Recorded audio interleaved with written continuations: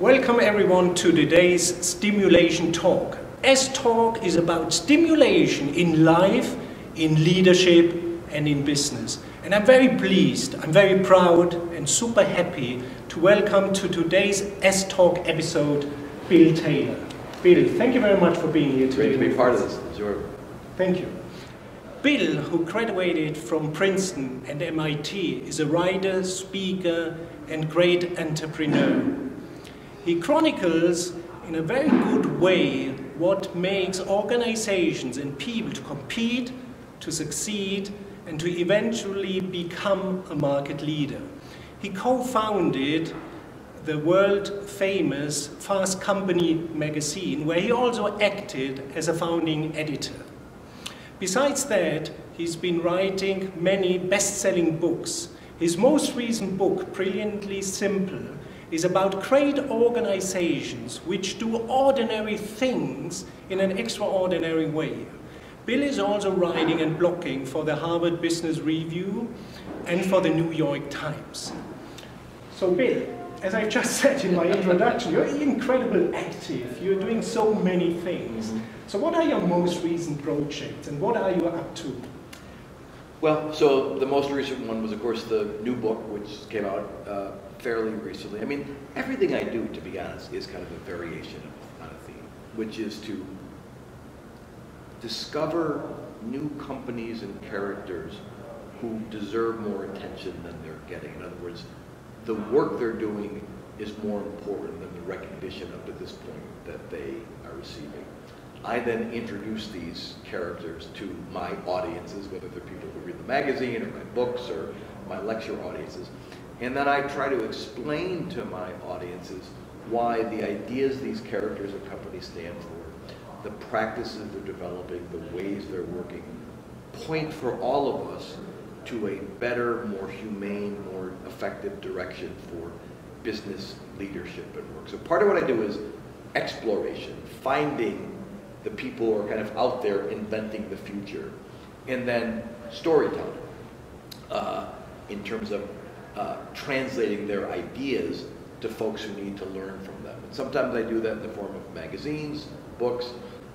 Everybody wants to do podcasting now, thinking about that, but ultimately that's what I do. I discover people and then I tell stories that let other people learn from what they're up to. With so many activities, I mean, it takes a lot of energy. So what is your source of energy? So what motivates you? What drives you? Well, those are two slightly different questions. My source of energy is the act of discovery. I mean, the world is tough. It's complicated. Lately, it's been kind of dispiriting. It's easy to give way to pessimism and despair. When I go out and I discover a small new company that's doing something really exciting and fresh, or a big organization that's in the middle of a really compelling change program, and the leaders are excited and the people are invested and engaged, I gotta tell you, that gives me a lot of energy too. To me, I think I get to spend most of my time learning from and hanging out with people who are in like the outer 5% of the distribution in terms of the idea generators, the wealth creators, just the interesting people. And that to me is just an endless source of energy.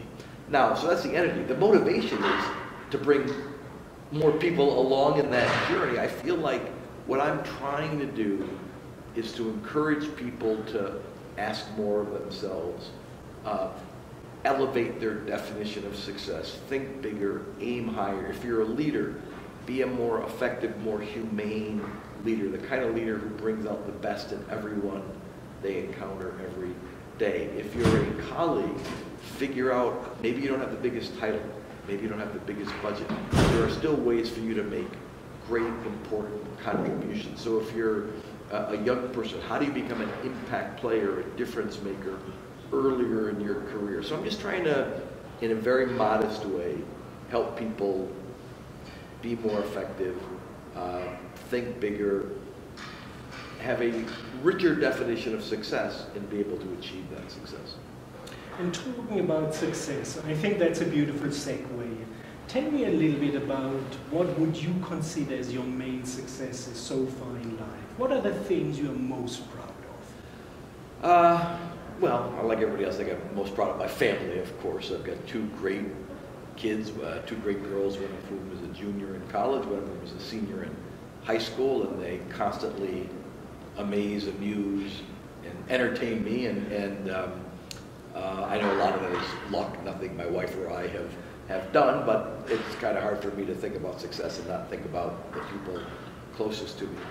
You know, of course, Fast Company as a business was a really big success, but the thing that sticks with me more than anything is how it's been around for 25 years now. I'm not nearly as involved in it as I used to be after 25 years, be the founder. But I stay in very close touch with all of my colleagues from the earliest days, and to a person almost, they say, they've all gone off to do great stuff, but they still look back on their time at Fast Company as the most rewarding, the most energizing, the most exciting things they have done. And I take real satisfaction in believing that not only did we create a successful business from a financial point of view, but we created the kind of culture and organization where people very early in their careers, very young, were able to do so much, have so much fun, feel so challenged. And now we are 25 years later, and people still look back on those days as you know, their greatest joys. And finally, and it happened today at this conference, I take great pride and satisfaction when someone walks up to me and says, I can remember the first time I saw your magazine. It was at an airport. I picked it up. I had never read anything like it, and it really did change how I thought about the world and how I thought about myself. And sometimes I quit my job, which makes me very nervous, but you know, I really feel there's a level of passion about the magazine that we always dreamed of unleashing, but that actually has come to pass. So as you can see, it's all more in the human relationships than it is in the money and the numbers. Money and the numbers are nice and they've gone well, but what I take real satisfaction is the human effects of the human relationships. You just talked about 25 years. Yes. Incredible long time, many successes. But the little brother of success being failure. Mm-hmm. So does come maybe a failure to mind when you ponder and think about these 25 years? Well, so there have been some little failures early on. As a business, we tried to do too much too soon in the world of conferences, actually. Here we are talking about, and we kind of suffered some real setbacks and so on. It taught us a lot of lessons about the right way for Fast Company to do live events and conferences and all that kind of stuff. So that was fine. The other failure may be too harsh a word. What we learned early on, and I think this is true of a lot of fast-growing companies that have so many opportunities and they're trying to hire enough people and so on, is early on when we were desperate for new people to join us, what we decided to do was to recruit people from other established, accomplished magazines, Fortune, Business Week, because they knew what they were doing. They had the technical skills and credentials.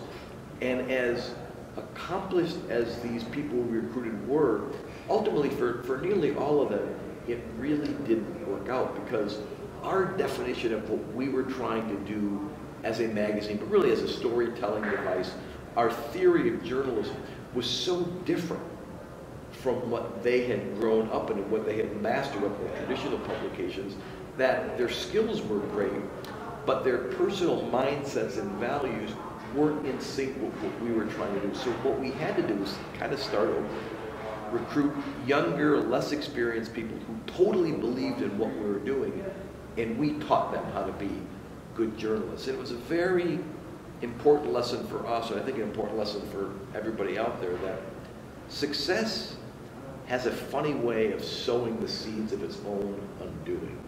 And one of the ways it does that is if you invite into your organization people who are not nearly as committed, as enthusiastic, as true believers, if you will, as the people who are those who created the initial success. And so scaling up with people is, I think, always one of the hardest things to do. And we learned it wasn't disastrous for the business, it was very hard personal. You bring in these accomplished people, they move, you think they're going to be great colleagues, and for whatever reason it just doesn't work out. So that was a very tough lesson for us to learn. Talking about lessons and talking about being an entrepreneur, you've, as an editor at Fast Company, you met many entrepreneurs, yes. You worked together with them, you interviewed them. Yes. If you look at these specific breed of people and successful entrepreneurs, do you see any key characteristics which combines them? I do, and I'll talk to that. Importantly, though, they come in all shapes, sizes, personalities. Some are very quiet, some are very exuberant and demonstrative, some are hyper-competitive, some are hyper-collegial. So it's not like it's not so much a personality type, it's a kind of mindset. And I think I would say several things, therefore. First thing is, the best leaders, the best entrepreneurs stand for a small number of very simple and yet very compelling and provocative ideas. And they don't budge from those ideas no matter what. It's not so much the products and services their companies sell, it's what they as individuals and what they as an organization stand for. And so that sense that they are a kind of true north, if you will, and people look to them as a source of leadership and inspiration from an intellectual and values point of view. So that's number one. There's no doubt about what these people stand for. The second thing is, the best leaders are simultaneously the best teachers and the best learners. The teaching part is kind of obvious if you're trying to build an organization and bring people along. You've got to be really good at showing people the ropes and helping people develop. But what's also interesting is that the best leaders I have found are the most insatiable learners. They've got their eyes open, their minds open to big new ideas, little tweaks, kind of the enduring mission of the enterprise in all new ways of bringing that mission to life. And then finally, maybe this is the hardest to define, there's a spirit to all of them that, and I'm now stealing the language from one of my intellectual heroes, a professor named John Gardner, but they all exude what John Gardner calls tough-minded optimism. They are able to get people excited about what they're building for the future because they themselves are so excited about the future. They have a sense of enthusiasm and zest. And again, sometimes it's big personalities, sometimes it's more quiet personalities, but that excitement about the future, that optimism comes through. At the same time, they're tough-minded. We just talked about failure. They understand that most things they try aren't going to work. Most experiments they do aren't going to succeed. But that's the kind of tough part of, there is no success without setbacks, there's no learning without failure. And so this sense of tough-minded optimism, which I think is a great term for this hard to define quality, but I really see. So stand for something special and important. Be a teacher and a learner, and exude a spirit of tough-minded optimism. Those are at least three of the attributes that I think cut across the entrepreneurs I've got. Very insightful. Thank you. Maybe let's change gears a little bit. Let's talk about your most recent book, Brilliantly Simple. Simply Brilliant. Simply Brilliant, Yeah. sorry. So it's about, as far as when I read it, there's a lot of great companies, great ideas, great concepts, people turning ordinary things into extraordinary ways, how they handle it, how they do it. Yes. So what's your findings? So let me tell you very clearly why I wrote the book, which is I'm the co-founder of Fast Company. I continue to spend most of my time Silicon Valley, Seattle, Austin, Texas, with the kind of new economy, new generation of very digital, very young, very new. But at some point it finally occurred to me, most of the world isn't that. Most people work in companies, in industries that have been around for 100 years, in companies that have been around for 50 or 60 years, in fields that aren't particularly glamorous or sexy or exciting. And I felt like if I set all of my stories and all of my case studies and all of my ideas in this very outer end of the distribution, I was ignoring, avoiding, missing an opportunity to speak. So I set myself the task of saying, could I take that same spirit of reinvention, reimagination, transformation, but find it alive in very familiar, very old line, very established industry. So in this book, All of my storytelling is in small community banks, fast food restaurants, insurance, distribution, even for goodness sakes, a parking garage in Miami Beach. I asked myself, could I go to some of the oldest and most established parts of the economy and find radical big new ideas, exciting new practices, just people changing the game. And lo and behold, if you look hard enough, you will find really interesting things. And so this book is meant as an invitation to people who feel the new economy is kind of leaving them behind a little bit, to say, no, you can get in this game too. You can do really extraordinary things, even if it feels like your company is in a kind of ordinary industry. In the book, Bill, there was a very interesting idea. You talk about the risk of organization and leaders, that they are too proud of current ideas. Yes. That they might not be able to see and embrace new ideas. Right. What's your advice to these companies, to these leaders? How can you avoid that, falling into this trap? Yeah, first of all, if it were easy, everybody would do it. I mean, this is one of the great challenges for successful people. As you said, pride in your big, successful idea could block you from getting onto the new idea. And what it takes is a couple of things. First of all, this term disruption, this industry, you can't disrupt anything unless you're prepared, first and foremost, to disrupt yourself. So successful people always have to keep challenging themselves, holding themselves accountable. It goes back to being an insatiable learner. Am I learning as fast as the world is changing? Am I keeping myself open to new possibilities? But the other part of it, and the reason it's so hard, is that people have to have two attributes in their mind at the same time. One is great confidence and ambition, really deep belief in what you're about. At the same time, you have to maintain a sense of personal and intellectual humility, knowing that ultimately, no matter how smart you are, you're not smart enough to figure out every turn of the wheel, the solution to every problem your organization is going to encounter.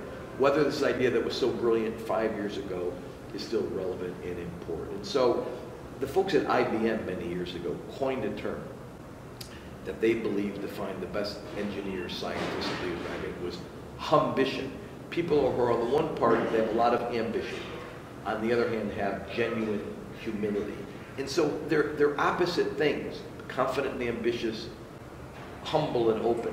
But that's what really makes the world go round today, I think. And that's why it's hard, because you really have to be in two different mindsets at the same time. Talking about ambition, humbleness, about people. Obviously, one of the key tasks of any leader should be or is to hire top talent, Yep. to develop top talent. Yep. Do you feel, based on your experience, that CEOs, that business leaders have really understood what that means? No. Next question. Why not? Because a couple things. I think most leaders in most organizations still, for whatever reason, despite the rhetoric, treat the people side of business as an afterthought is too strong, but as a secondary. Real business is about R&D in the labs. Real business is about finance and IPOs and bond offerings and the stock price. And this people stuff, we'll get to that when we get to it. And yet, when I see the really great organizations that do both dramatic innovation and fierce execution, what is so clear to me is that they treat the people factor just as seriously, just as rigorously, just as creatively as they do every other as finance, R&D, marketing. They understand that you have to, there are two sides of the same coin. The first thing is, what distinguishes us from the competition in the marketplace? And the other side is, what holds us together as colleagues in the workplace? And people are a lot better at question one than they are at question two. The second reason I believe leaders don't take this seriously enough is that it's just so much harder. People, you think developing an app is hard. You think doing an IPO is hard. really engaging in an authentic, profound, meaningful way in all the messiness and complexity of groups of people, let alone an individual. It is the hardest. People remain the greatest mystery in the world. And when you get 3 of them in a room, and then 30, and then 300, and then 3,000, the idea that you can treat people as just as measurable, just as manageable, just as manipulable as cells in a spreadsheet or ones and zeros in a piece of software is just ridiculous. But most leaders aren't willing to sort of admit that it's hard, it's messy, it's frustrating, it's emotional and psychological, it's not just rational.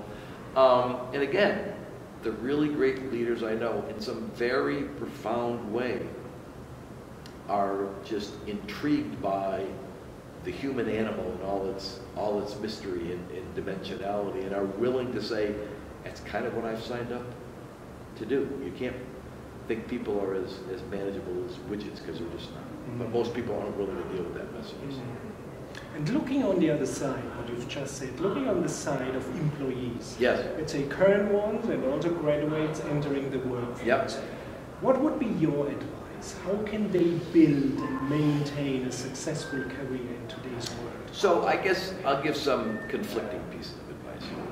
First one is never confuse the brand name of the company you're thinking about working with the actual experience you're going to have. I mean, so many young people get excited by saying, I'm working with this hotshot company here or that hotshot company there.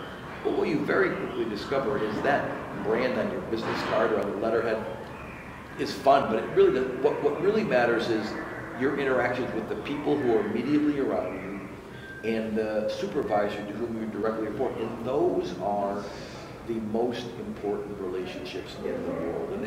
And some of it's dumb luck, some of it's really hard work, but putting yourself in a situation where you get to work every day with people you enjoy seeing, people who treat you the way you deserve to be treated, people from whom you're learning, on a good day at least, learning a little bit, and a boss, quote unquote, who's the kind of manager who brings out, that should be, as a young person, what you're really setting out to find. And it's not an easy thing to find. It may take you 1 or 2 things, but don't confuse the glamour or importance of the name with your actual experience.